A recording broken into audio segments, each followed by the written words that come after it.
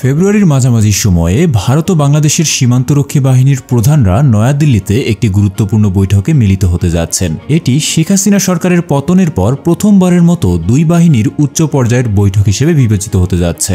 Border guard Bangladesh অর্থাৎ BGB মহাপরিচালক major general Mohammad Ashrafuzzaman Siddiqui ১৬ থেকে ১৯ ফেব্রুয়ারি ভারত সফর করবেন।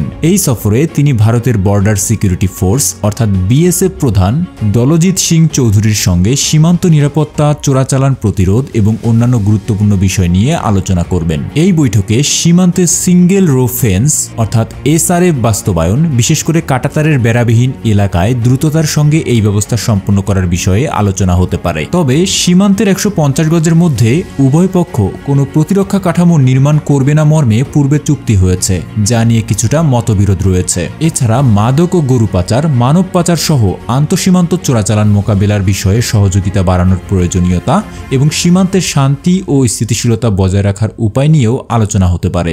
বিজিবি প্রধানের এই সফরের আগে ১০ থেকে ১২ জানুয়ারি বাংলাদেশের জ্বালানি ও বিদ্যুৎ বিষয়ক উপদেষ্টা Mohammad Fauzul Kabir Khan India energy week ২০২৫-এ অংশ নিতে ভারত সফর করবেন। এই সময় ভারতীয় মধ্যস্থতাকারীদের সঙ্গে জ্বালানি সংযোগ ও সহযোগিতা নিয়ে আলোচনা হতে পারে। এই উচ্চ পর্যায়ের বৈঠক দুটি দেশের সীমান্ত নিরাপত্তা ও সহযোগিতার ক্ষেত্রে নতুন দিগন্ত উন্মোচন করবে বলে আশা করা হচ্ছে। তো দর্শক, এ নিয়ে আপনার মতামত কমেন্টে জানাতে ভুলবেন না এবং এ ধরনের আরও অনেক নিউজ পেতে চ্যানেলটি এখনই সাবস্ক্রাইব করে রাখুন।